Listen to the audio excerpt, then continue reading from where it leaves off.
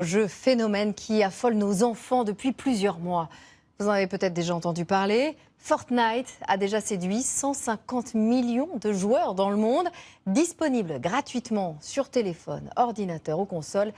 Nos ados adorent, nous les parents un peu moins. Nathalie Pellerin, Karine Bourdet vous branchent sur le phénomène.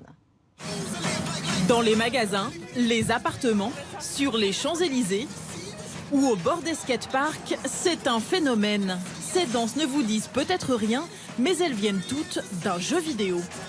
Est-ce que vous connaissez Fortnite? Oui. Ah ben voilà, lui il connaît, pas moi.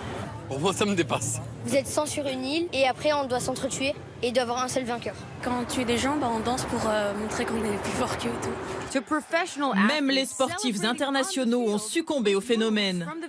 Le jeu fonctionne sur ordinateur, console et téléphone. Du coup, certains adolescents jouent partout et tout le temps.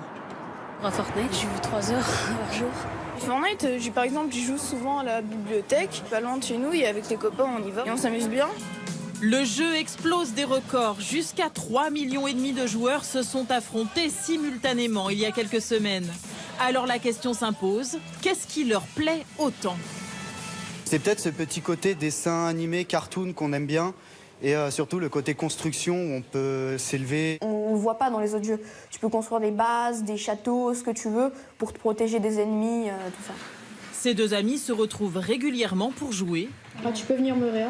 Et si le jeu est gratuit, certaines options sont payantes. Beaucoup de personnes qui achètent. Donc là, il y a la boutique, par exemple. Et dans la boutique, tu as des danses, par exemple, comme la danse mort-vivant.